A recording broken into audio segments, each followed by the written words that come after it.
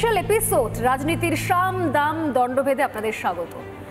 এই সময় দাঁড়িয়ে গোটা পশ্চিমবঙ্গে একটাই ছবি ভাইরাল। যদি আপনি চুরি করে থাকেন, যদি জোট চুরি করে থাকেন, ডাকাতি করে থাকেন, কোনো রকম 2 নম্বরে কাজ করে থাকেন, তাহলে আপনার একমাত্র বাঁচার উপায় হচ্ছে পাঁচিল গলে টুপ করে ঝাঁপ মেরে দেওয়া, কিংবা হাতের কাছে রাখা মোবাইলটা ডান দিক বাঁ দিক তাকিয়ে টিপ করে পুকুরের জলে ফেলে দেওয়া। নিশ্চয়ই হাসি পাচ্ছে, কিন্তু আমাদের আর হাসি পায় না।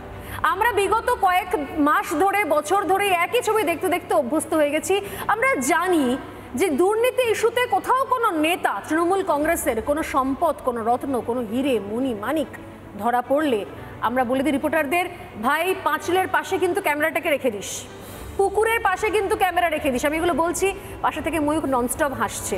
আমি জানি না ময়ূক এর মধ্যে হাসির কি আছে। এই জিনিসটা তো রোজ আমরা দেখছি, দেখতে দেখতে অভ্যস্ত হচ্ছি। আমরা রাজনীতির সাম দাম দণ্ডভেদে আরও একটা এপিসোড নিয়ে আলোচনা করব। আমার মনে হয় শুধুমাত্র এই নিয়ে আলোচনা করা উচিত, কিভাবে পাঁচিল টপকাতে হয় আর কিভাবে টিপ করে মোবাইলটা ছুটতে হয়, এই নিয়ে একটা ট্রেনিং সেশন রাখা উচিত রাজ্যের শাসক দল। আরেকটাও আমি সাজেশন অন্তত দেবো, সিবিআই এর যারা জয়েন্ট ডিরেক্টর রয়েছেন, যারা সিবিআই ডিরেক্টর রয়েছেন, ইডির যারা অফিসার রয়েছেন, তাদেরকে দয়া করে বাংলাতে তৃণমূল বিধায়কদের বাড়িতে রেড করতে আসলে এক সেট জামা কাপড় নিয়ে আসুন।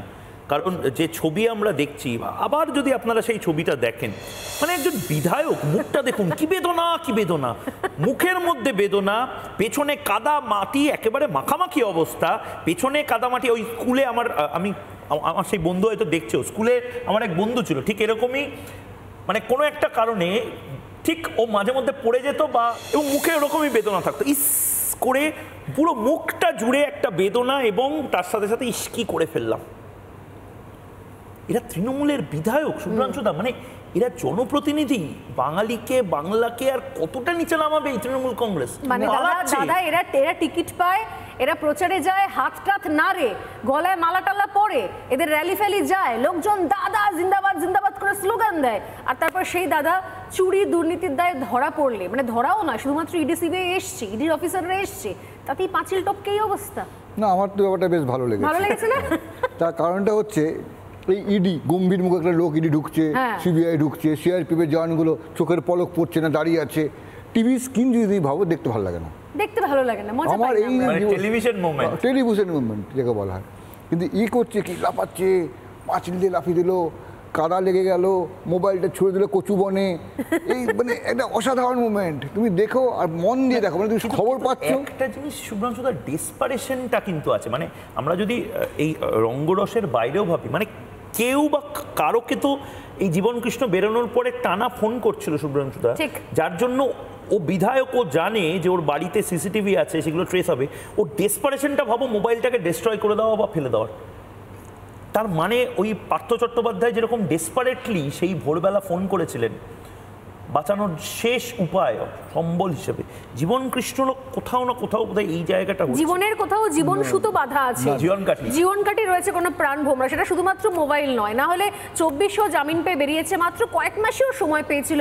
এর মধ্যে মানে এত কি ওর ফোন কল, ওর মোবাইলে এত কি সম্পদও লুকিয়ে ফেললো যে আগে থেকে ওকে ট্রেনিং দেওয়া আছে কি, জীবন যদি আবার তোমার জীবন সংশয় হয়, প্রথমেই তুমি জীবন বাঁচিয়ে তোমার যে জীবনওয়ালা, যে জীবন প্রাণ ভোমরা রয়েছে, সেই মোবাইলটাকে টুকুস করে আবার জলে ফেলে দেবে। বাকিটা আমি দেখে নেবো। না, বিষয়টা না, এটা তো ভালো কিছু ব্যাপার, মোবাইল ফেলে দিলাম। কিন্তু মানে ও তো ক্যামাক স্ট্রিটই বলেছিল জীবনকে দলে নেওয়া হবে না, তৃণমূল থেকে সরিয়ে দিলাম, ক্যামাক স্ট্রিট থেকে বলেছে। কিন্তু ঘটনাটা হচ্ছে বালকোচিত ব্যাপার তো জীবন করে দিচ্ছে, কিন্তু যারা এটা সিবিআই বের করে না, যদি ফেলেও দিত খোঁজ পাওয়া যেত। মানে এখন আমাদের যা ব্যবস্থা আছে সব পাওয়া যায়,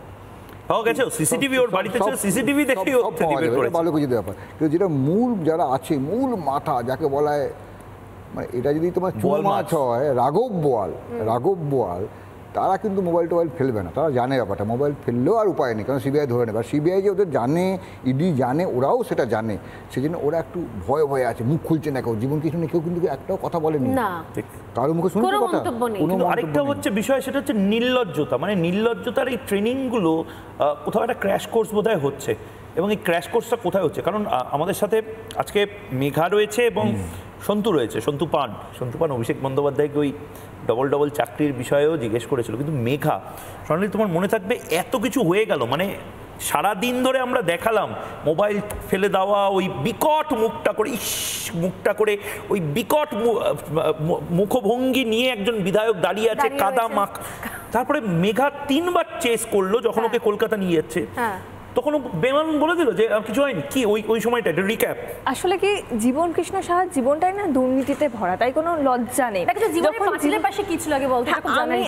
সকালবেলায় ইডির টিম যখন মুর্শিদাবাদে তার বাড়ির সামনে পৌঁছলো, তার বাড়ির সামনে দুটো সিসি ক্যামেরা রয়েছে, তিনি ভেতর থেকে অবজার্ভ করছেন যে বাইরে কে এসেছে, এবং সিসি ক্যামেরায় তিনি দেখে নিলেন বাইরে লেখা ইডি, গাড়ির সামনে লেখা রয়েছে ইডি। এবং ওই যে তিনি ওটা দেখলেন, তিনি পেছন দিয়ে দৌড় মারার চেষ্টা করছিলেন, এবং ইডি আধিকারিকরা যেটা বলছেন তারা একটা জোরে আওয়াজ পেয়েছিলেন, এবং যখন তারা জোরে আওয়াজ পান তারা যারা জওয়ানরা রয়েছেন তাদের বললেন আপনারা পাঁচিলের পেছন দিকে চলে যান। এবং তারপর যখন তারা পেছন দিকে যাচ্ছে তখন দেখছি তিনি কাদামাখা অবস্থায় দাঁড়িয়ে রয়েছেন, তিনি দৌড়ে পালাতে পারেননি, পায়ে লেগেছে, তিনি দৌড়ে আর পালাতে পারেননি, তখন তাকে ধরা হয়েছে প্রথম। মানে ইডি সিবিআই কি আগে থেকে বলে দিয়েছিল ইডি আধিকারিকদের আচ্ছা তো इधर जा रहे हो ये भागने का कोशिश करेगा না, তো শব্দ পাওয়ার সঙ্গে সঙ্গে পাঁচিলের পেছনে কি করে পৌঁছে গেল আগে? একদমই, মানে ওনারা কিন্তু আগে থেকেই জানতো এরকম নাটকীয়তা হতে পারে, কারণ সিবিআই অ্যান্টি করাপশন ব্রাঞ্চ এটা ফেস করেছে, এটা দেখেছে, এবং যখনই তারা সেই আওয়াজটা পায় তারা কিন্তু গোটা জায়গাটা ঘিরে ফেলতে বাধ্য হয়, এবং ফোন চায়, যখন ফোন চায় তখনও কিন্তু সেই ফোন তিনি ফেলে দেন। এবং আমরা একটা ভিডিও আমাদের কাছে থেকে ফেললো, আগের বার তো একটা ফোন ফেলেছিল জানলার খুলে, জানলা দিয়ে একটা ফোন ফেলেছিল, যতদূর মনে পড়ছে আমার ছাদে উঠে, ছাদ থেকে ঠিক করে ফেলেছিল, আরেকটা ফোন ফেলেছিল। এবারে ছাঁচার জন্য পাম্প নিয়ে আসা হয়েছিল, 3 দিন ধরে জল ছাঁচা হয়েছিল। এবারও একই প্রসেস করতে গেছিল, ফোনটা পুকুরেই ফেলার চেষ্টা করেছিল, কিন্তু পুকুরে পড়েনি, দূর যায়নি, তোমার আগে গিয়ে আটকে গেছে। জীবন কৃষ্ণ গাড়ির মধ্যে থেকে টোটাল নানা করে গেল। হ্যাঁ, যখন জীবন কৃষ্ণকে নিয়ে বিধাননগর মহকুমা হাসপাতাল থেকে সরাসরি ইডির বিশেষ আদালতে নিয়ে যাওয়া হচ্ছিল, তখন আমি গিয়ে চেস করা শুরু করলাম, আপনি পালাচ্ছিলেন, আপনি কি ফোন ফেলে দিচ্ছিলেন, আমাদের কাছে সেই ছবি রয়েছে। উনি বলছেন না পালাইনি, উনি নানা রকম ভঙ্গিমা করছেন, হাত নাড়াচ্ছেন। তাহলে পাঁচিল থেকে ঝাঁপ মারলেন কেন? ইশারার মাধ্যম দিয়ে বোঝানোর চেষ্টা করেছিলেন। পাঁচিল থেকে ঝাঁপ মারলেন কেন? আপনার প্যান্টে কাদা লাগলো কেন? আপনি কাদায় মাখামাখি হয়ে গেছেন কেন? উনি বলছেন আমি কিছু করিনি, আমি কাদাটা কোথা থেকে লাগলো? আমি জিজ্ঞেস করেছিলাম যে কাদা লেগেছিল, আপনি কি পালাচ্ছিলেন, পালানোর চেষ্টা করছিলেন, ফোন ছুঁড়ে ফেললেন কেন এবারও? তখন কি না না, উনি ইশারা করছেন না আমি কিছু করিনি, আমি কিচ্ছু করিনি। জীবন কৃষ্ণবাবু আপনি পালাচ্ছিলেন, পালাননি, ফোন ফেলে দিয়েছিলেন, আপনার গায়ে কাদা ছিল কেন? আপনি কি কোনোভাবে পালানোর চেষ্টা করছেন? আপনি বলবেন বলুন পালাচ্ছিলেন, পালাননি, তিনি বলছেন না পালাননি, ফোন ফেলে দিয়েছিলেন, ফোন ফেলে দেননি।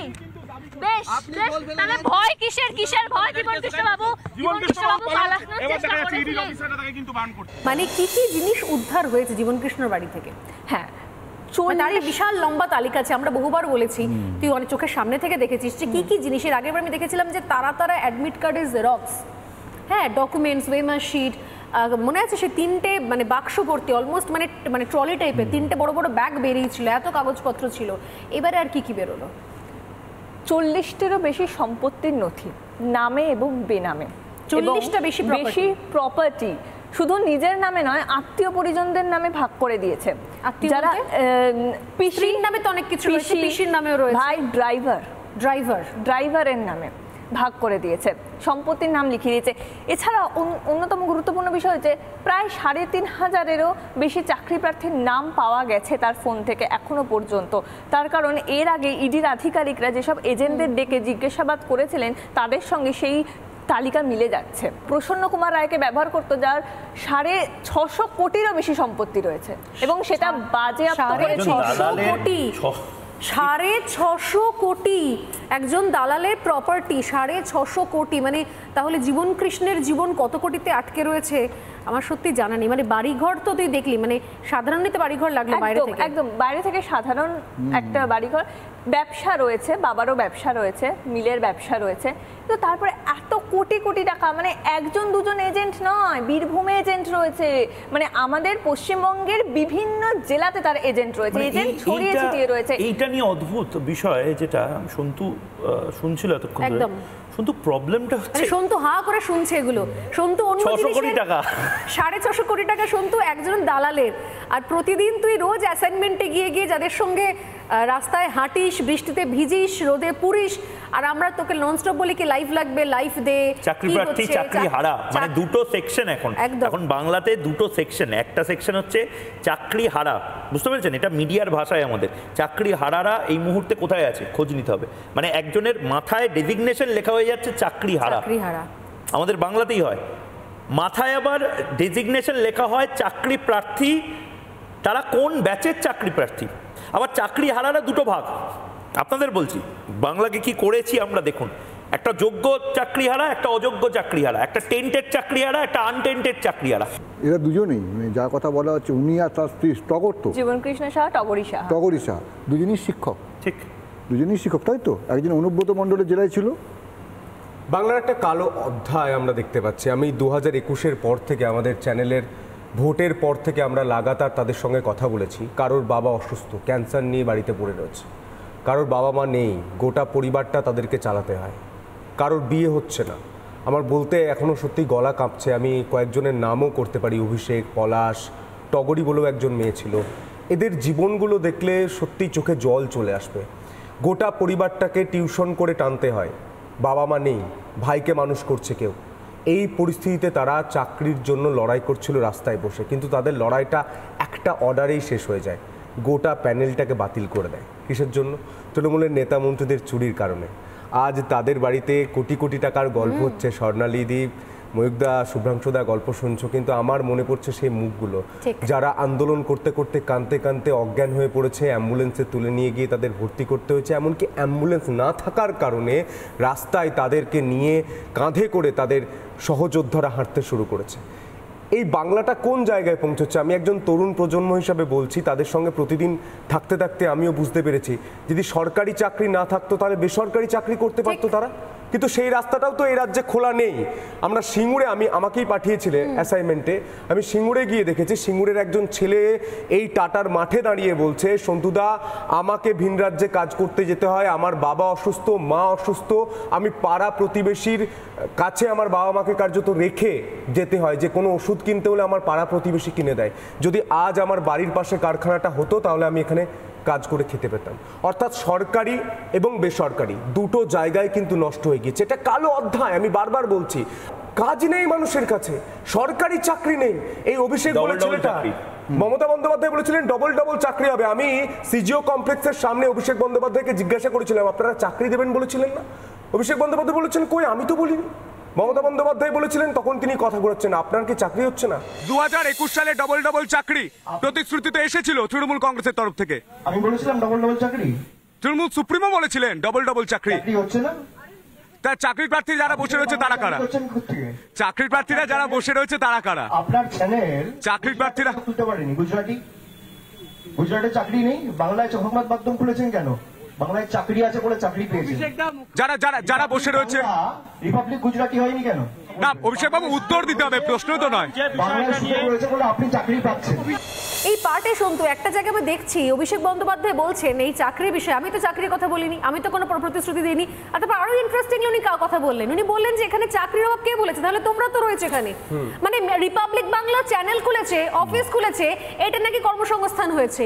এই ধ্যান ধারণা যাদের মাথার মধ্যে রয়েছে, তারা এদের জন্য কি ব্যবস্থা করে? তাদের নেতাদের বাড়ি থেকে এরকমই জিনিস বেরোবে? আমার একটাই প্রশ্ন, যে মমতা বন্দ্যোপাধ্যায় ভোটের আগে বলেন ডবল ডবল চাকরি হবে, গ্রুপ সিতে নিয়োগ হবে, গ্রুপ ডিতে নিয়োগ হবে, দুদিনে ডাক্তার তৈরি হবে।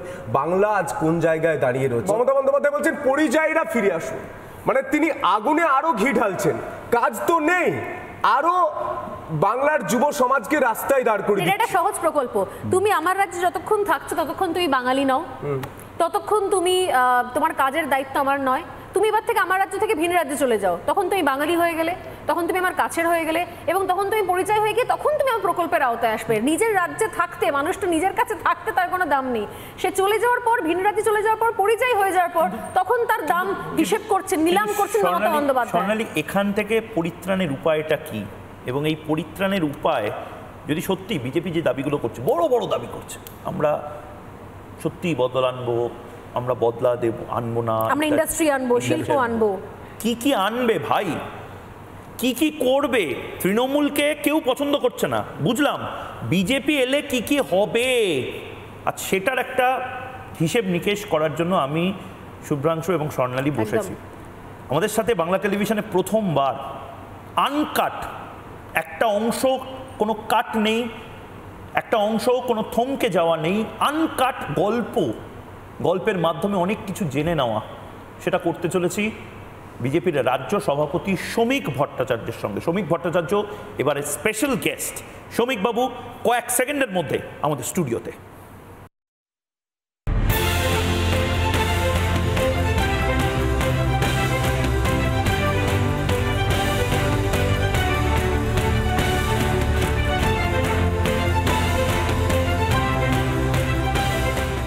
স্বাগত রিপাবলিক বাংলা স্টুডিওতে। তো এখন চাপ কতটা বেড়েছে রাজ্য সভাপতি হওয়ার পর? দায়িত্ব, চাপ, চ্যালেঞ্জ।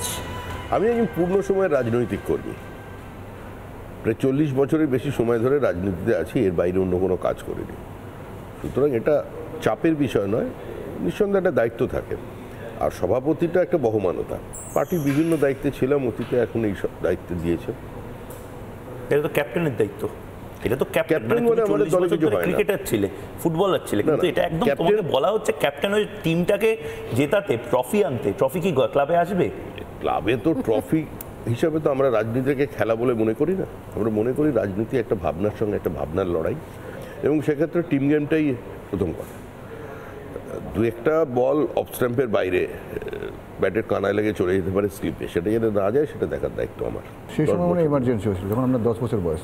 10 বছর নয়, 12 বছর বয়স, তখন 12-13 বছর বয়স। তো সেখান থেকে এখন অবধি আপনি লড়াই করে যাচ্ছেন, সেই এমার্জেন্সি দেখেছেন, এখন অবস্থাটা অন্যরকম। এমার্জেন্সিটা যখন এসেছিল তখন এমার্জেন্সি কি আমি বুঝিনি। বালক শুরু থেকেই মানে সংঘ আর ছিলেন। হ্যাঁ, আমি সংঘের আলোচনাটা এখানে টেনে আনতে চাই না, কিন্তু এমার্জেন্সিটা কি আমি বুঝিনি। এটা বুঝেছিলাম যে আমাদের অনেক দাদা, আমাদের অনেক কাকু আমাদের সংগঠনে তারা গ্রেপ্তার হয়েছিলেন, তারা জেলে ছিলেন, এবং আমি যে পাড়ায় থাকতাম সে পাড়া কমিউনিস্ট পার্টির একজন নেতা দেখছিলাম, তিনি গার্ডেনিং করার জন্য কিছু মাটি নিচ্ছিলেন একটা মাঠের কোণ থেকে। হঠাৎ দেশে একটা বিরাট ভ্যান এলো, তাকে তুলে নিয়ে চলে গেল। পরবর্তীকালে স্বাভাবিকভাবে এমার্জেন্সিটা কি বুঝতে পেরেছিলাম। কিন্তু এখন বর্তমান রাজনীতিতে আপনারা বিরোধীরা প্রায় সময়তেই বলেন, আমি শুনেছি কখনো শুভেন্দুদার মুখে, কখনো সুকান্তবাবুও বলছেন যে রাজ্যে যা সিচুয়েশন তাতে যেন মনে হচ্ছে এটা এমার্জেন্সির মতোই অবস্থা চলছে। না, এমার্জেন্সির থেকে বেশি কিছু চলছে, এমার্জেন্সি থেকেও বেশি। এমার্জেন্সির সময় এইভাবে প্রকাশ্যে খুন হয়, মানুষকে তুলে নিয়ে গিয়ে বন্দি করা হয়েছে, তার উপর শারীরিক নির্যাতন চালানো হয়েছে। জরুরি অবস্থায় যেগুলো হয় সেগুলো হয় মানুষের অধিকারগুলোকে সম্পূর্ণ বাজেয়াপ্ত হয়ে যায়। আমাদের পরিবারের সদস্যকে বন্দি করে ইন্দিরা গান্ধী ভেবেছিলেন যে ভারতবর্ষের চিরকালীন একটা স্বৈরতন্ত্র প্রতিষ্ঠা করতে পারবেন, কিন্তু 1,20,000 মানুষকে বন্দি করবার পরেও আরএসএসের ইনফ্রাস্ট্রাকচারকে তারা ভাঙতে পারেনি, বরঞ্চ সেই ঔদ্ধত্যকে উপড়ে ফেলে দেওয়া হয়েছে। এবং যেটার সঙ্গে হিন্দুত্ব বলে একটা নতুন শব্দ এখন চলছে, কথায় কথায় হিন্দুত্ব শব্দের ব্যবহার করা হচ্ছে। হিন্দু কোনো ইজম নয়,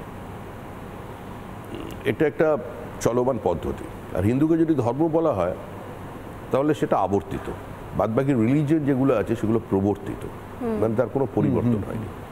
সামগ্রিকভাবে পশ্চিমবঙ্গের এই মুহূর্তে যা পরিস্থিতি, সেটা যদি আমরা খুব কাছ থেকে দেখি, যে তৃণমূল কংগ্রেস নামক যে সংগঠন বা তথাকথিত রাজনৈতিক দল, যাকে রাজনৈতিক দল বলা যায় কি না, আমার স্থির বিশ্বাস এটা নিয়ে গবেষণা হবে পরবর্তীকালে।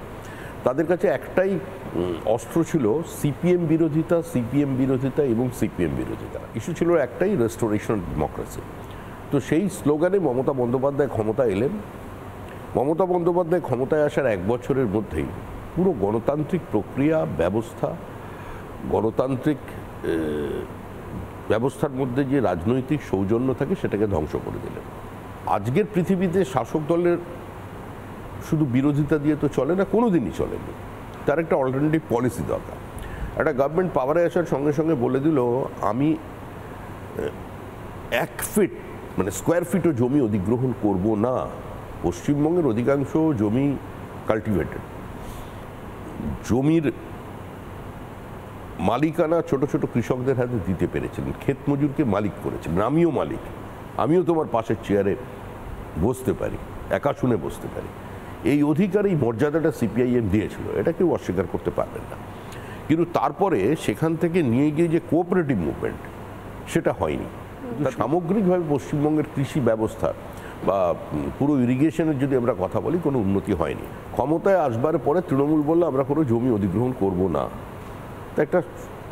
তাহলে শিল্পটা কোথায় হবে? ভারী শিল্প ছাড়া পশ্চিমবঙ্গের কোনো ভবিষ্যৎ নেই। এই যে এত পরিযায়ী শ্রমিক, এত ইঞ্জিনিয়ারিং কলেজ, 40,000-এর বেশি পাস আউট, 45,000 পাস আউট প্রতি বছরে। সেক্টর 5-এ 18,000 টাকা মাইনে কল সেন্টারে চাকরি করছে।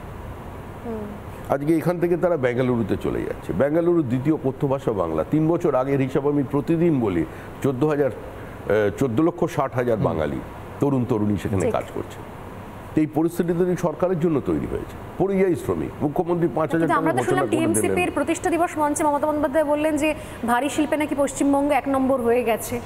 কর্মদিগন্ত এশিয়ার বৃহত্তম লেদার কমপ্লেক্স, 35,000 কোটি টাকা বিনিয়োগ হচ্ছে, 7.5 লক্ষ লোকের চাকরি। বেঙ্গল সিলিকন ভ্যালি, 27,000 কোটি টাকার বিনিয়োগে 75,000 আইটি কর্মসংস্থান হাব। মেট্রো কোচ, ওয়াগন ফ্যাক্টরি, জাহাজ factory, steel factory, power factory, Deucha Pachami, Jangalmahal, 6টা economic corridor, industrial park, MSME, small scale, medium scale, আমরা নাম্বার 1। সেলফ হেল্প গ্রুপে আনন্দধারায় আমরা নাম্বার 1 ইন ইন্ডিয়া। দেখুন, আমরা তো জানি এমএসএমইতে পশ্চিমবঙ্গে 1 নম্বর আছে, কিন্তু এমএসএমইটার যে 1 নম্বর যেটা ওরা বলছেন, সেই 1 নম্বরটা কি? ইন্সপেক্টর পাঠিয়ে ছোট ছোট চায়ের দোকান, পানবিড়ির গুমটি, সেগুলো কিন্তু এমএসএমইর মধ্যে ঢুকে পড়েছে। এমএসএমই তখনই সাকসেসফুল হয় যখন বড় শিল্প থাকে, তার অ্যান্সিলারিজ হিসেবে ছোট ছোট এমএসএমই গড়ে ওঠে। শুনতে তুমি বলে এটা জিজ্ঞেস করছি, মানে এটা সভাপতি হিসেবে কিন্তু তোমারই কাজ, কারণ এটা আমাদের মধ্যে যদি প্রশ্ন আসে, একদম প্রান্তিক উত্তরবঙ্গ, দক্ষিণবঙ্গের যারা তোমার ক্যাডার যারা রয়েছে, তাদের প্রশ্নটা আসবে, হয়তো তারা জিজ্ঞেস করতে পারছে না। বিজেপির সত্যি 26-এ জেতার ইচ্ছে আছে? দুটো কোশ্চেন কিন্তু, এক হচ্ছে বিজেপি আদৌ আসতে চায় কিনা, আর 2 আসলে কি কি করবে। যদি লক্ষ্মীর ভাণ্ডার সমস্ত মহিলার ভোট এক বাক্সে নিয়ে আসতে পারত, তাহলে বিজেপি এই প্রতিকূল অবস্থার মধ্যে, যেখানে একজন মানবরূপী অসুর আমাদের এখানের নির্বাচন কমিশনার আছেন, একদম পুরো মানে ওনার চেহারা, ওনার আচার আচরণের সঙ্গে এবং ওনার লুকস, ওনার বডি ল্যাঙ্গুয়েজ একদম পুরোপুরি মা দুর্গা আসছেন, কুমোরটুলির অসুর, ওই গোপ, ওই এক ব্যাপার। ওনার ওই আগ্রাসনের পরেও, ভিডিওদের হয়ে খেলার পরেও, লক্ষ্মীর ভাণ্ডারের পরেও 11,000 আসনে বিজেপি প্রার্থীরা জিতত না। 1, 2 হলো, যেখানে আমাদের লোকসভার প্রার্থী জিতছেন, তো সেখানেও তো লক্ষ্মীর ভাণ্ডার আছে। মানুষ বিভিন্ন ধরনের প্রচার, সংবাদ মাধ্যমের বিভিন্ন গসিপ, মিডিয়া হাইপ সমস্তকে অতিক্রম করেই বিজেপিকে কিন্তু বিরোধী দল হিসেবে প্রতিষ্ঠিত করে দিয়েছে, এবং একমাত্র বিরোধী দল। অ্যাসপিরেশন আছে কিছু, সেটা কি বিজেপি তৃণমূলকে হারাবে।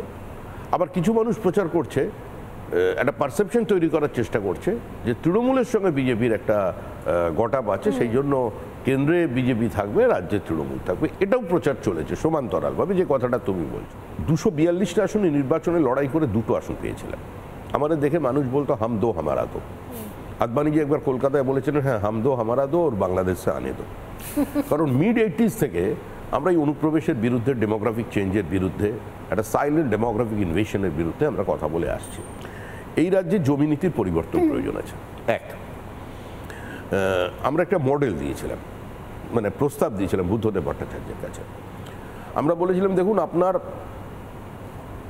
1000 একর জমি দরকার কোনো শিল্প স্থাপনের জন্য, আপনি 1100 একর অধিগ্রহণ করুন, সোলেসিয়ামকে ডাবল করুন, বাজার মূল্যের 3 গুণ পয়সা আপনি দিন, ডাবল দিচ্ছিলেন ওটা 3 টাইমস করুন, এবং ওই 100 একর যেটা অধিগ্রহণ হলো, জমিটা ডেভেলপ হয়ে যাবার পরে জমির চরিত্রটা বদলে যাবে, তার একটা আরবানাইজেশনের রিফ্লেকশনও তার মধ্যে চলে আসবে।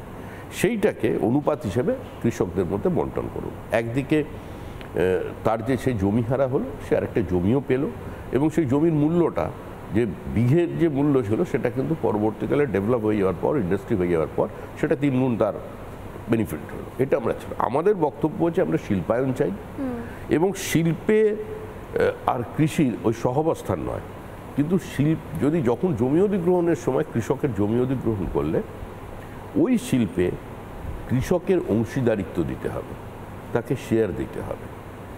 এই রোডম্যাপে আমাদের বক্তব্য। 1, 2 হচ্ছে শিল্প স্থাপনের ক্ষেত্রে দুটো জিনিস হচ্ছে খুব বড় বিষয়। 1 হচ্ছে আইন শৃঙ্খলার পরিস্থিতি, যে কোনো ইনভেস্টমেন্ট আসা, আর 2 হচ্ছে জুডিশিয়ারি। আমাদের এখানে total absence of law and order, total anarchy. এই পরিস্থিতিটা দেখবার পরে তো এখানে কোনো শিল্প আসতে পারে না। আমরা যে BGBS এর মঞ্চ দেখছি এটা তো কমপ্লিট একটা তামাশা। আমার মনে আছে, আমি কারোর নাম বলছি না, যে ব্যক্তি বুদ্ধদেব ভট্টাচার্যকে বলেছিলেন ব্র্যান্ড বুদ্ধ, যার এই বক্তব্যটা ছিল, সেই ব্যক্তি মমতা বন্দ্যোপাধ্যায়ের পাশে দাঁড়িয়ে আগে বলতেন যে এত ভালো শিল্প সম্ভাবনা আগে কোনোদিন তৈরি হয়নি।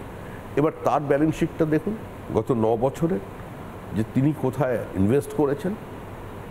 তিনি ইনভেস্ট করছেন কিন্তু পশ্চিমবঙ্গের বাইরে, উত্তরপ্রদেশে, উত্তরাখণ্ডে ইনভেস্টমেন্ট হচ্ছে। আজকে পশ্চিমবঙ্গের একজন বাঙালি শিল্পপতি যিনি এখানে পুঁজি জেনারেট করেছেন, তিনি গোয়ায় বিরাট ফ্যাক্টরি তৈরি করলেন, এখন উড়িষ্যায় করছেন, আবার আসামে জমি খুঁজছেন। তাহলে বাংলার ভবিষ্যৎ, বাঙালির ভবিষ্যৎ কি? আপনি একদিকে প্রাইভেট ইঞ্জিনিয়ারিং কলেজ তৈরি করেছেন, এত 45,000 ছাত্রছাত্রী সেখান থেকে পাস করে বেরোচ্ছে, তারা কোথায় চাকরি করবে? একটা রাজ্য যখন গর্ব করে বলে আমরা 100 দিনের কাজে 1 নম্বর, 100 দিনের অনেকগুলো ফ্যাক্টর হেড আছে, কিসে 1 নম্বর? যে সর্বাধিক 100 দিনের কাজে 1 নম্বর। তার মানে কি একটা সরকার সম্পূর্ণভাবে নিয়ন্ত্রণ নির্ভর করছে একটা প্রকল্পের উপরে, যেখানে তাদের ওয়েজেসটা কত, তো তার ডাবল ট্রিপল ওয়েজেসে আমাদের এখানকার শ্রমিকরা তারা ভিন রাজ্যে গিয়ে কাজ করছেন। এই যে মুখ্যমন্ত্রী 5,000 টাকার ঘোষণা করলেন, তারপরের দিন সমস্ত টিভি চ্যানেল দেখাচ্ছে যে মানুষের যাবার ঢল নেমেছে, কারণ তারা 5,000 টাকায় কারো সংসার চলে না। পশ্চিমবঙ্গে জাতপাত যেটা ছিল না, জাতের নামে বজ্জাতি ছিল না, এবার সেটাকেই মমতা বন্দ্যোপাধ্যায় রাস্তায় নামানোর জন্য টেনে নিয়ে আসছেন। অনেকগুলো ফ্যাক্টর এখানে কাজ করছে। তবে সবচেয়ে বড় যেটা বিষয় হলো, একটা সরকারের একটা নির্দিষ্ট রোডম্যাপ থাকবে, একটা মানসিকতা থাকবে যে আমি কোথা থেকে আসছি, সেই অতীতের স্মৃতি নিয়ে, আমার বর্তমানের অভিজ্ঞতা নিয়ে আমি আমার ভবিষ্যতের ঠিকানাটা ঠিক করব। কিন্তু সেইটা এই সরকারের মধ্যে থেকে কেউ পাইনি। এবার মনে হচ্ছে যে বিজেপি সরকারটা পরিবর্তন করতে চায় কি না চায়। তো এখন তো নীতিগতভাবে বিজেপি কোনো নির্বাচিত সরকারকে 356 দ্বারা প্রয়োগ করে ফেলে দেওয়ার বিরোধী। তো আমরা আমাদের অবস্থানে অনড়, আমরা কাউকে শহীদ বানাতে চাই না, আর এটা সম্পূর্ণ কংগ্রেসের বিষয়। তো সেই অবস্থায় দাঁড়িয়ে আমরা আমাদের মতো করে রাজনীতি করছি। আমরা বিশ্বাস করি যে তৃণমূল কংগ্রেস রাষ্ট্রবিজ্ঞানের নিয়ম মেনে, সমাজবিজ্ঞানের নিয়ম মেনে একটা স্বাভাবিক মৃত্যুর দিকে এগিয়ে যাচ্ছে। তৃণমূল চলে যাচ্ছে, তৃণমূল চলে যাবে, তৃণমূলের বিদায় অবশ্যম্ভাবী। 26-এর নির্বাচন তৃণমূলের বিসর্জন, এটা বিজেপির কথা নয়, এটা মানুষ চাইছে। এবারে প্রশ্ন হলো, বেশ কয়েকটি দল, আমাদের দরজা খোলা আছে, কেউ পতাকা নিয়ে দলে আসতে পারেন, কেউ পতাকা না নিয়ে দলে আসতে পারেন। আমরা বলছি দেখুন, মতাদর্শ না, পতাকা না নিয়ে আসাটা বুঝতে পারলাম না। মানে এতদিন আমরা দেখেছিলাম যে তৃণমূল থেকে অনেকেই নির্বাচনের আগে বা সিবিআই ইডি থেকে বাঁচতে এই ন্যারেটিভ রয়েছে, তারা নাকি চলে এসেছে বিজেপিতে। ইডি সিবিআই থেকে বাঁচতে কারা এসছে আমার জানা নেই, ইডি সিবিআই থেকে কেউ বাঁচবে কিনা সেটাও আমার জানা নেই।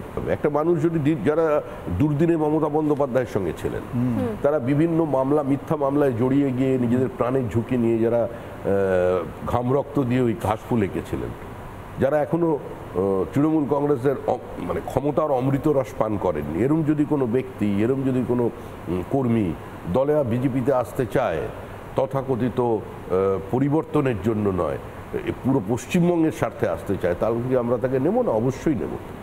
একটা গণতান্ত্রিক ব্যবস্থায় বা সংসদীয় গণতন্ত্রে বিরোধী দলনেতার স্থান মুখ্যমন্ত্রীর পরে, এবং আমাদের যিনি বিরোধী দলনেতা, তাকে একটা সভা করতে গেলে, একটা মিছিল করতে গেলে হাইকোর্টের দরজায় যেতে হচ্ছে। আগের যিনি আমাদের রাজ্য সভাপতি ছিলেন, কেন্দ্রীয় মন্ত্রী, তাকেও, সুকান্ত মজুমদার, তাকেও একটা সভা করতে গেলে হাইকোর্টের যেতে হচ্ছে। এই নো ভোট টু বিজেপিতে যারা অংশগ্রহণ করেছিলেন তাদের পরিস্থিতি কি সেটাও দেখেছেন, এবং সেই বাইনারি 2018 সাল থেকে আজ পর্যন্ত অটুট আছে। আর আমরা এটাও আবেদন করছি যে দেখুন ওপর থেকে কিন্তু সোমনাথ চট্টোপাধ্যায়, বুদ্ধদেব ভট্টাচার্য, জ্যোতিবাবুরা চমকে চমকে উঠছেন, সুভাষ চক্রবর্তীও চিন্তিত হয়ে যাচ্ছেন, সব উপরে ওদের মিটিং চলছে। কারণ মর্তে অন্য ঘটনা তো কি ঘটনা এখানে দেখা যাচ্ছে যে ডেরেক ওব্রায়েন আর MABB তারা দুজন হাত ধরে ওপরের দিকে তুলে তারা উপরাষ্ট্রপতি নির্বাচনে ভোট দেবেন, দুজন হাত ধরে ধরে করে ছবি প্রকাশিত, নৈসর্গিক দৃশ্য। যে পেয়ার কে তো ডার না কে, কোনো ব্যাপার নয় তো। গাছের আড়ালে প্রেম করো না, মশারির ফাঁকে করো না, ছাতের কোণে করো না, খোলাখুলি এসে সামনাসামনি দাঁড়াও। তো আপনি নাকি নববধূদের মিস কল দিচ্ছেন, নববধূদের মিস কল দিয়েছেন? নববধূটা আবার কোথা থেকে করলো? কোনো একটা নববধূকে নাকি মিস কল দিয়েছেন, সেটাও ভাইরাল। সমীরবাবু নববধূকে মিস কল দিয়েছে। নববধূকে মিস কল দিয়েছি মানে মেম্বারশিপ করানোর জন্য? সেটা তো আপনি বলবেন কি করেছেন। না না, আমি তো মিস কল দিয়েছি যারা বিয়ের পিড়িতে যখন বসছে, আমাদের মেম্বারশিপ অভিযান চলছিল, আমি গিয়ে তাদের তো ফোন করে এসেছি, আমি তাদের তো মেম্বারশিপ করিয়েছি। নতুন বধূ মালা দিচ্ছে বরকে, আপনার মিস কল পেয়ে বিজেপিতে চলে এলো? না, মালা দিচ্ছে মিস কল করে যায়নি, একদম পরিচ্ছন্নভাবে সুন্দরভাবে। তিনি এখন আবার বিদেশে চলে গেছেন, অত্যন্ত মেধাবী ছাত্রী, তাকে আমি গিয়ে একদম গায়ে হলুদ যখন হচ্ছিল তখন মেম্বার করিয়েছি, সময় পেয়েছি। গায়ে হলুদের সময় মিস কল দিয়েছেন? হ্যাঁ, মিস কল দিয়েই তো মেম্বার হতে হয়। আমি মিস কল দিইনি, মিস কল আমি দিলে মেম্বারশিপ হবে না, সে মিস কল দিয়েছে বিজেপিকে। মিস কল দেওয়ার জন্য আবেদনটা আমি করেছি। সুতরাং আমাদের যে নির্বাচনী আমাদের যে মেম্বারশিপের প্রক্রিয়াটা কি, যে আমাদের সাপোর্ট বেসটাকে একদম সরাসরি আমাদের মেম্বারশিপ বেসটা কনভার্ট করা। বাংলার মুসলিমরা কনফিউজড। একদিকে বাংলার মুসলিমদেরকে বোঝানো হচ্ছে বিজেপি এলে তাদের ঘাড় ধাক্কা দিয়ে বের করে দেবে, এবং তুমি এমন এক রাজ্যের রাজ্য সভাপতি, একটি শাসক দল হওয়ার দিকে এগোচ্ছে বলে মনে করা হচ্ছে, সেখানে 30 বা 35%, 40%ও হতে পারে মুসলিম পপুলেশন। তাদের বাদ দিয়ে যোগী আদিত্যনাথও পলিটিক্সটা করতে পারেনি উত্তরপ্রদেশে, তাদের পপুলেশন কম। বাংলায় মুসলিমদের বাদ দিয়ে হিন্দুর দল শুধু বিজেপি হতে চলেছে। প্রথম কথা, আমি একটা অন্য উত্তর দিই। একজন সাংবাদিক প্রশ্ন করেন, প্রায় 7 বছর মুখ্যমন্ত্রী হয়ে গেলেন, আপনি গুজরাটে মুসলমানদের জন্য কি করেছেন, তাদের আর্থসামাজিক উত্তরণের জন্য আপনি কি করেছেন? তো নরেন্দ্র মোদীদের উত্তরে বলেন, আমি কিচ্ছু করিনি, আমি মুসলমানদের জন্য কিচ্ছু করিনি, এবং আমি হিন্দুর জন্যও কিছু করিনি। আমি যেটা করেছি সেটা 6 কোটি গুজরাটবাসীর জন্য করেছি। তো আমাদের কাছে 30%, 40%, 60% নয়, আমাদের কাছে পশ্চিমবঙ্গবাসী। 2021 সালে যে সংখ্যালঘু অল্প হলেও মানুষজন বিজেপি করেছিলেন, বিজেপির পতাকা নিয়েছিলেন, তারা কি ধরনের অত্যাচারের শিকার তারা হয়েছে, কতগুলো তাদের মানুষ খুন হয়েছে। 1, 2 হলো, যদি মুসলিমরা মনে করেন আমরা একটাও ভোট বিজেপিকে দেব না, আমরা তৃণমূলকেই জেতাবো, তারপরেও কিন্তু বিজেপি ক্ষমতায় আসবে। বরঞ্চ সেই মুসলমানরা এই মানসিকতা যারা তৈরি করছেন, তারা একবার ডেমোগ্রাফিটা দেখে নিন। আসামের বিজেপি ক্ষমতায় ছিল, বিজেপি ক্ষমতায় আছে, আর এই নির্বাচন হচ্ছে না, এতেও বিজেপি ক্ষমতায় আসবে, বিজেপিকে হারাতে পারবে না ওখানে।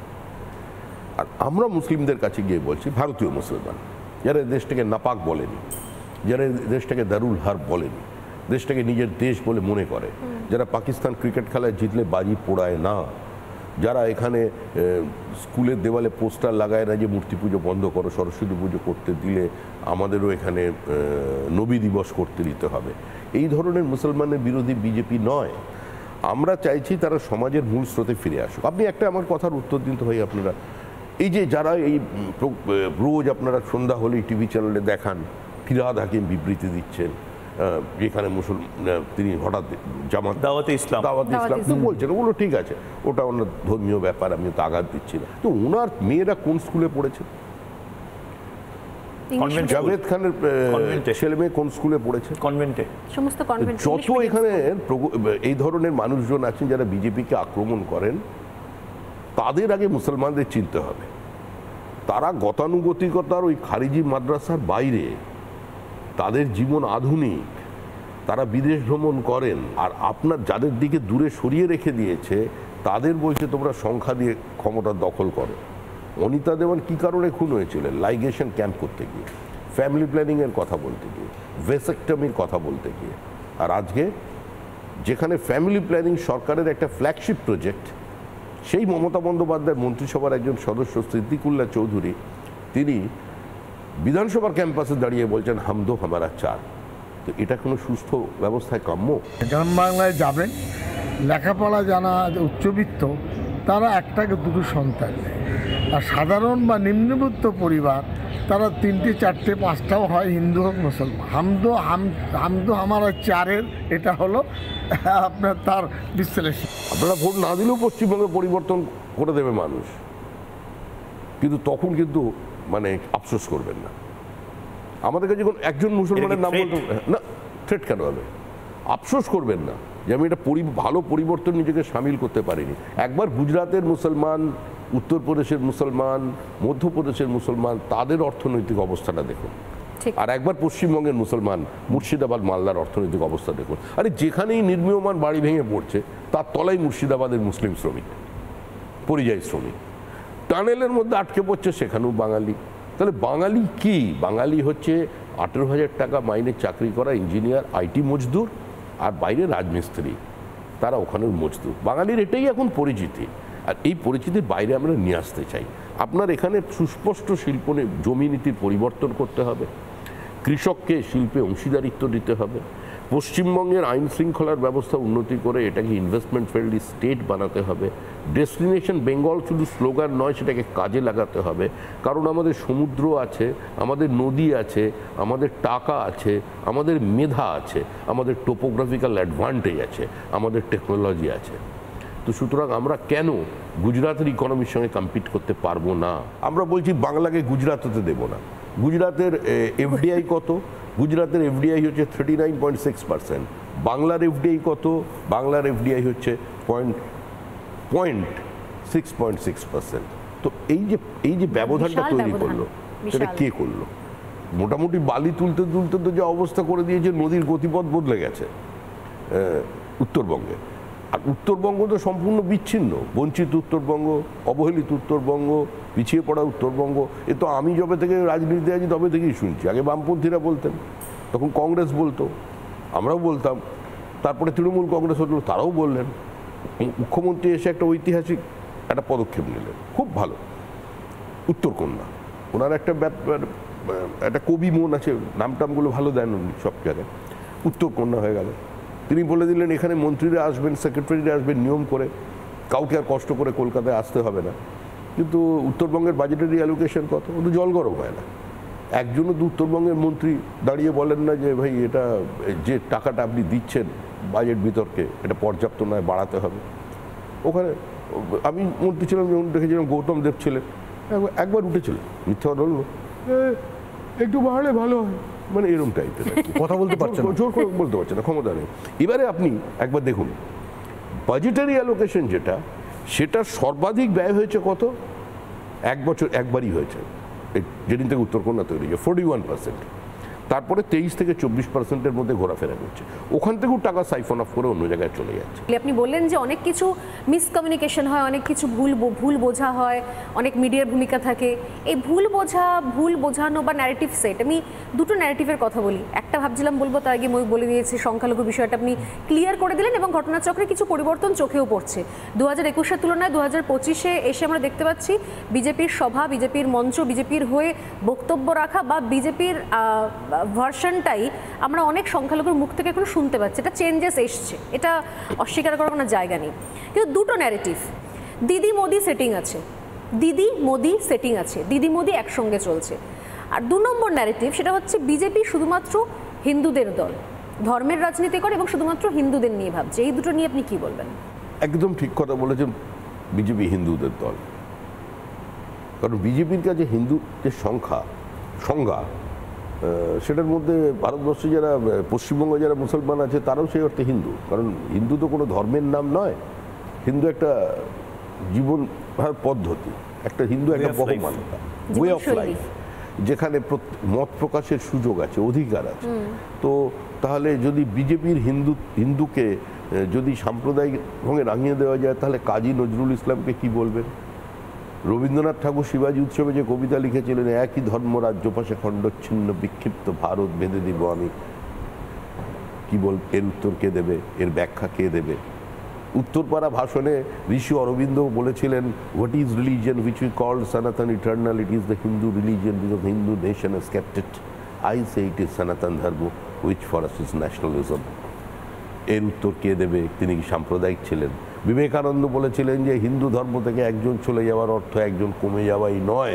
পরেরটা আর বললাম না, পরের শব্দটা আমি উজ্জ্ব রাখলাম। এর উত্তর কে দেবেন? আসলে ঐতিহাসিক রমেশচন্দ্র মজুমদার একটা খুব গুরুত্বপূর্ণ কথা বলেছিলেন যে ভারত বিভাজনের জন্য সবচেয়ে বেশি তিনি দায়ী করেছিলেন যে হিন্দু মুসলমান সম্পর্কে রাষ্ট্রীয় নেতাদের অজ্ঞানতাটাই। তো বিজেপি তো ভারতবর্ষেরই কথা বলছে, আমরা তো বাইরে কিছু কথা বলিনি। বঙ্কিমচন্দ্র বন্দে মাতরম বলেছে, আনন্দমঠ লিখেছিলেন।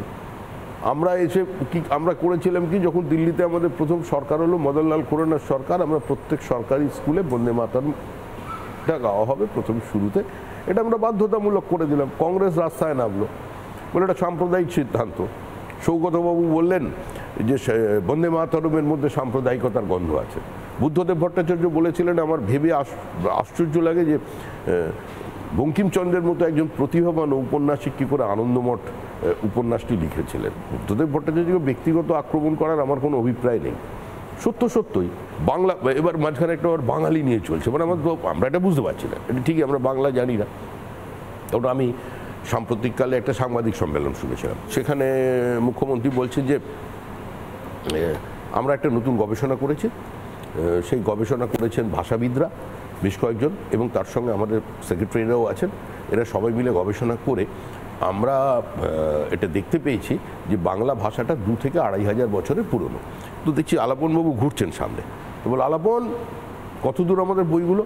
তখন উনি বললেন মুখবন্ধটা লেখা বাকি আছে। তা অ্যাকচুয়ালি আমরা তো বাংলা জানি না, বিজেপি বাংলা জানে না, সেই জন্য নেতারাও জানে না দিল্লি থেকে যারা আসে। তা আমি কলেজ স্ট্রিটে তারপর থেকে ঘুরছি, লোক লাগিয়ে রেখেছি। ওই সংস্কৃতি দপ্তরের অফিসে আমরা ঘোরাঘুরি করছি, মোটামোটা হাত দিয়ে দেখিয়েছি 4টে ভলিউম, যেখানে বাংলা ভাষা 2,500 বছর আগে ঠিক বাংলাটা কীরকম ছিল, কবিতা কীরকম ছিল, নাটক কীরকম ছিল, এইটা মানে বোঝানোর জন্য। আমি একজনকে জিজ্ঞাসা করেছিলাম, নাম বলবো না, যে আপনি কি এর মধ্যে আছেন? বলে কি বলছো শ্রমিক, তুমি কি আমাকে এই ভাবলে শেষ পর্যন্ত? হ্যাঁ, আমি কেন? বলছে চর্যাপদ যদি আমি হিসাব করে ধরি তাও তো 9ম শতকের নিচে নামানো যাচ্ছে না। হ্যাঁ, কোথা থেকে এলো? তা এই বাংলাটা আমরা বুঝতে পারছি না। আপাতত এই বাংলা বাঙালির বিতর্কে আমরা কবে আসবে সেটার জন্য মুখ্যমন্ত্রী বলেছেন। মুখ্যমন্ত্রী আমাদের রাজ্যের নেত্রী, আর আমাদের মুখ্যমন্ত্রী কবি, আমাদের মুখ্যমন্ত্রী সাহিত্যিক, চিত্রকার, সুরকার। আমাদের মুখ্যমন্ত্রী বিকেলে ভোরের ফুল ফোটাতে পারেন, আমাদের মুখ্যমন্ত্রী মানে শব্দ তৈরি করতে পারেন। হ্যাঁ, নতুন শব্দ, আমাদের প্রতিভাবান মুখ্যমন্ত্রী যখন বলেছে নিশ্চয়ই আসবেন। বিজেপি নেতা মানে সভাপতি যারা ছিলেন এর আগে 2-3 জন যারা ছিলেন এত কথা বলেনি, এত সাহিত্য শিল্প সংস্কৃতি কবিতা নিয়ে এত কথা বলেনি। তারা অন্য কথা বলেন, পলিটিক্যাল কথা বলেছেন, কিন্তু এত কবিতা কোনো উদাহরণ আমি কি আপনাকে অরাজনৈতিক কথা বলছি? অরাজনৈতিক কথা বলছেন, কিন্তু যে কবিতা সাহিত্যের বাইরে কে বাদ দিয়ে কোনোদিন রাজনীতি হয় নাকি? সিরিয়াস হলো বাংলায় ভালো করে কথা বলতে পারতেন না তো, কিন্তু বাঙালি তাকে তো বাঙালি বলে মনে করে। আমাদের অধ্যাপক বিষ্ণুকান্ত শাস্ত্রী তো বাঙালি ছিলেন না, তো বিষ্ণুদের থেকে শুরু করে তদানীন্তন সমস্ত বড় শক্তি চট্টোপাধ্যায় পর্যন্ত তার যে বিভিন্ন কবিতার বিশ্লেষণ, তার যে প্রজ্ঞা, প্রত্যেক কবিতার দুর্বোধ্য কবিতার মানে আমি তো তার থেকে শিখেছি। আপনি যদি বলেন বিষ্ণুকান্ত শাস্ত্রী বাঙালি ছিলেন না, সেটা আপনাদের ভাষা হতে পারে। এই যে বাংলার যে শহরটা দেখছেন না, এই যে এখনো শিক্ষিত বনেদি বাঙালিরা নিজের বাঙালি বলে পরিচয় দিতে পারছেন, একটা তো যে শহরটাকে রক্ষা করেছিল গোপাল মুখার্জি, অনেকের সঙ্গে অনেকেই ছিলেন, তার মধ্যে উনি একজন ছিলেন, ওনার নামটা বেশি ছিল প্রমুখ। তাকে আমরা পাঁঠা বানিয়ে দিলাম, মুখার্জি থেকে পাঁঠা হয়ে গেল, যে ভালো। কিন্তু আরও একটা সম্প্রদায় ছিল যাদের কথা কেউ মনে রাখেনি কলকাতাকে বাঁচাতে, সেটা হচ্ছে জয়সওয়াল কমিউনিটি, জয়সওয়াল গুপ্তা, যারা এখন যাদের বলছেন বহিরাগত কিংবা খৈনিখোর, যারা মারবাড়ি কমিউনিটি এখানে আছেন, ব্যবসা করতে এসছেন, তারা তো বহু মানুষের কর্মসংস্থান করেছেন, তারা তো বহু শিল্প এখানে তৈরি করেছে, বহু দোকান করেছে, সেখানে তো আমরা কাজ করছি, চাকরি করছি। যেমন আমাদের পণ্ডিত জওহরলাল নেহরু বলেছেন, শিল্প অনুরাগী বলে তিনি বাবরকে বলেছেন, বাবরের সম্পর্কে বলেছেন নেহরুজি। আবার একই সঙ্গে তিনি বলছেন কমপ্লিট স্যাভেজ। তাহলে কমপ্লিট স্যাভেজ কি করে একজন সংস্কৃতি মনস্ক মানুষ হতে পারে, এটা ঠিক আমাদের জানা নেই। আসলে ভারতবর্ষের মূল যে সমস্যাটা আমি বিশ্বাস করি, সেটা হচ্ছে আমাদের ইতিহাসটা বিকৃত। আমরা সিলেবাস বদল করছি, আমরা সিলেবাস বদল করছি এবং আমরা শুধু আমাদের দেশের সিলেবাস বদল করছি না, আমাদের টার্গেট হচ্ছে সারা পৃথিবীর সিলেবাসটাকে বদলে দেওয়া। যেরকম পানিনি প্রথম ব্যাকরণ রচনা করেন, কিন্তু আপনি পানিনির নামের আগে কি বসানো আছে? Macmillan of the East. কিন্তু ম্যাকমিলানকে কেন বলা হবে না পানিনি অফ দ্য ওয়েস্ট? এইটা আমাদের বক্তব্য। সুজন চক্রবর্তী একজন অত্যন্ত ভালো ছাত্র, ডক্টর সুজন চক্রবর্তী, তো এটা বলা কি আমার অপরাধ? আমি যদি বলি সূর্যকান্ত মিশ্র একজন ডাক্তার হয়েও মানে নিরুপদ্রব জীবন ছেড়ে মানে তিনি রাজনীতিতে এসেছেন, তার স্বচ্ছতা আছে, এটা কি অপরাধ? আমি কি সিপিএম হয়ে যাব? বা আমি যদি বলি যে বিমান বসু প্রাচুর্য ছেড়ে ট্রামে উঠে তিনি ঘুরে বেরিয়েছেন, একজন মানে অনাড়ম্বর জীবন আজকেও ওই আলিমুদ্দিনের ছাতে কাটিয়ে যাচ্ছেন, তো এটা কি সত্য নয়? সত্যের সঙ্গে সত্যের কোনো বিরোধ। কিন্তু তুমি তো মমতা বন্দ্যোপাধ্যায়কেও অ্যাপ্রিসিয়েট করেছো এবং এমন ক্লিপ জেনারেট হয়েছে এই রিপাবলিকেই আগের অফিসে, যেটা ভাইরাল হয়েছে। উনি নাকি কোনো একটা কৃষ্ণনগর বা নদিয়ার ওখানে যাচ্ছিলেন এবং সেখানে মমতা বন্দ্যোপাধ্যায়েরও গাড়ি দাঁড়িয়েছিল চা খেতে, সেখানে প্রচুর মহিলা নাকি জড়ো হয়ে গেছিলো এবং সেখানে মমতা বন্দ্যোপাধ্যায় সবাইকে জড়িয়ে ধরেছিলেন।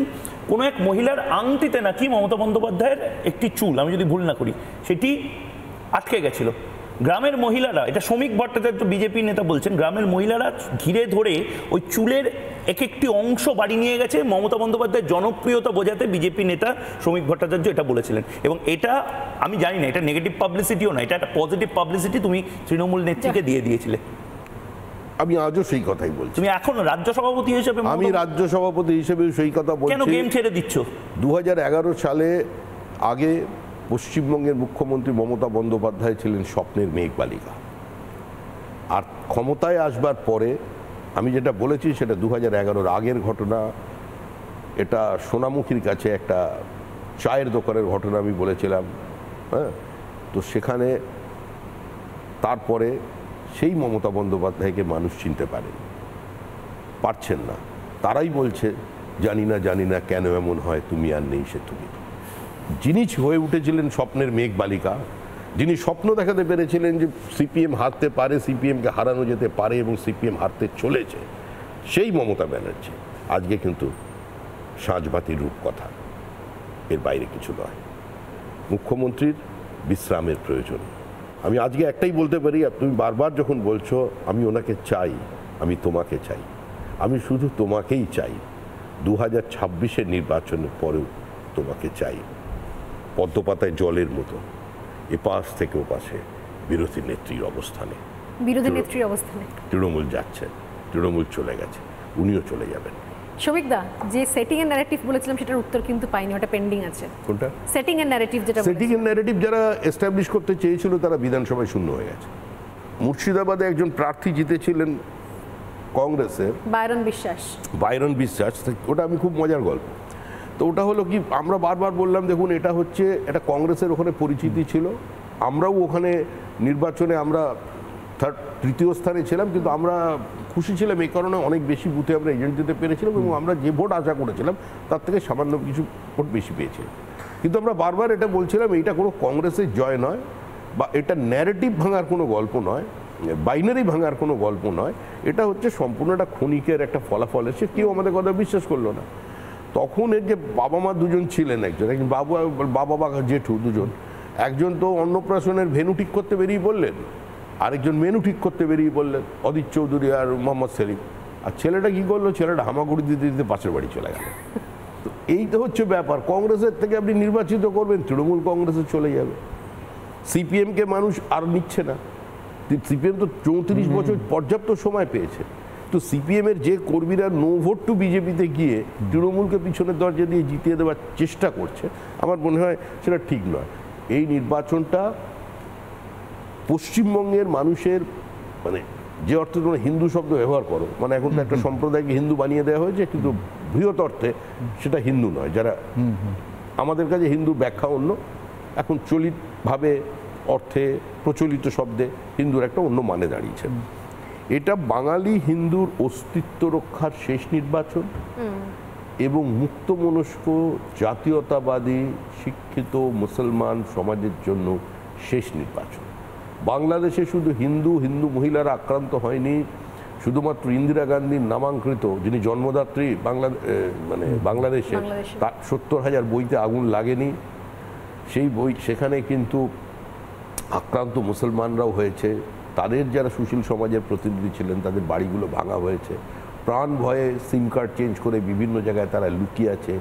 1100-র বেশি পুলিশকে খুন করা হয়েছে যারা কিন্তু 99% মুসলমান ছিলেন। কমিউনিস্ট পার্টি অফ বাংলাদেশের যিনি সম্পাদক তিনি প্রথম গুলিবিদ্ধ হয়েছিলেন যিনি ধর্ম মানেন না। ওখানে রবীন্দ্রনাথেরও বই ছিল, তাতেও আগুন লেগেছে। ওখানে সুনীল শুক্তির বই ছিল, সেখানেও আগুন লেগেছে। সুতরাং এই সর্বগ্রাসী আগুন যেটা এগিয়ে আসছে, সিটি অফ আলেকজান্দ্রিয়া থেকে শুরু হয়েছিল, তারপর বিক্রমশিলা, তক্ষশিলা, নালন্দা, তিনটেতে লেগেছে। তারপর বাংলাদেশে ইন্দিরা গান্ধীর লাইব্রেরিতে লেগেছে, তারপর মুর্শিদাবাদের ছাত্রদের বইগুলোকে পুড়িয়ে দেওয়া হয়েছে, ওখানে লেগেছে। তারপর খিদিরপুরে লেগেছে, মহেশতলায় লেগেছে। তো এগুলো, এই আগুনটাকে নেভাতে হবে এবং এই আগুন নেভাতে হবে হিন্দু এবং মুসলমানকে ঐক্যবদ্ধ হবে।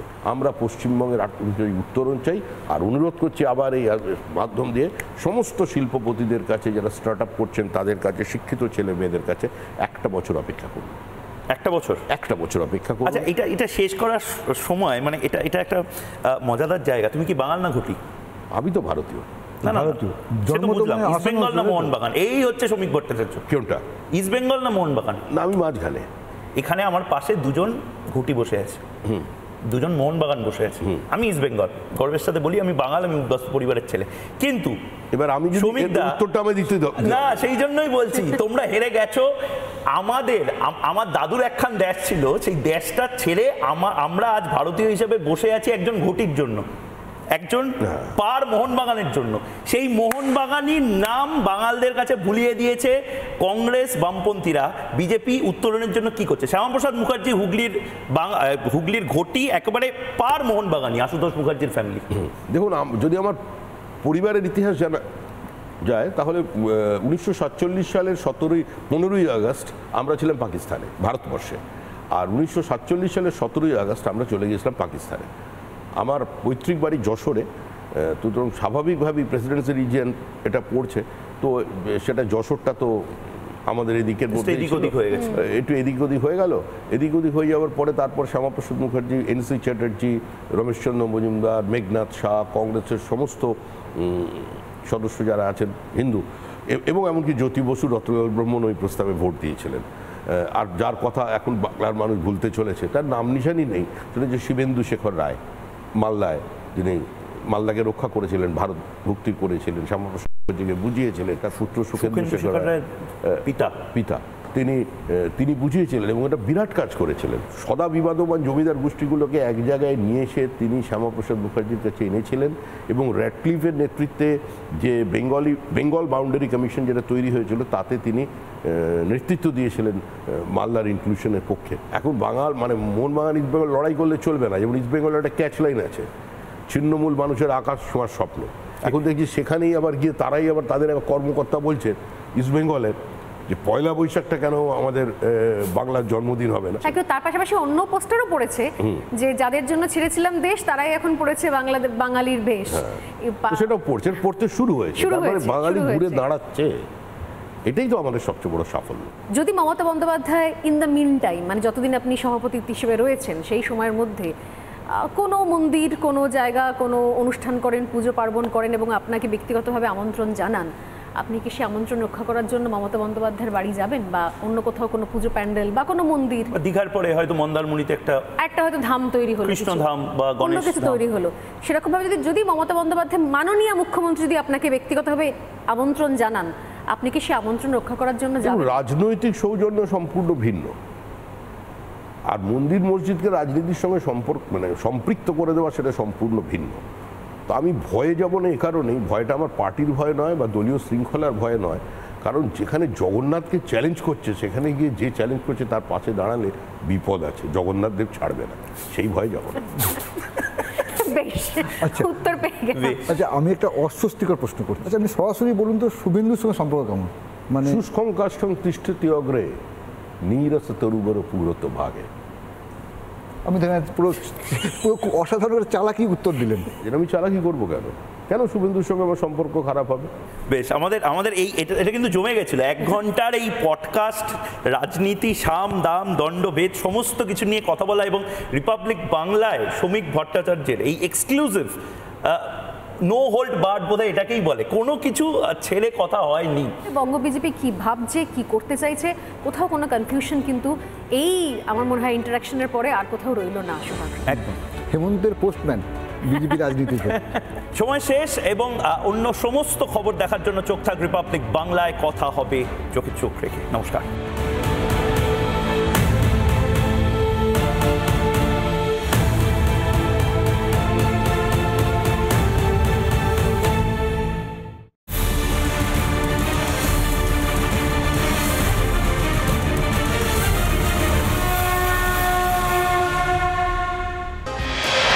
নানা ধরনের কন্টেন্ট দেখার জন্য লাইক করুন, শেয়ার করুন আমাদের ফেসবুক পেজ, সাবস্ক্রাইব করুন আমাদের ইউটিউব চ্যানেল। পাশাপাশি অন্যান্য ব্রেকিং নিউজের জন্য অবশ্যই চোখ রাখুন রিপাবলিক বাংলায়।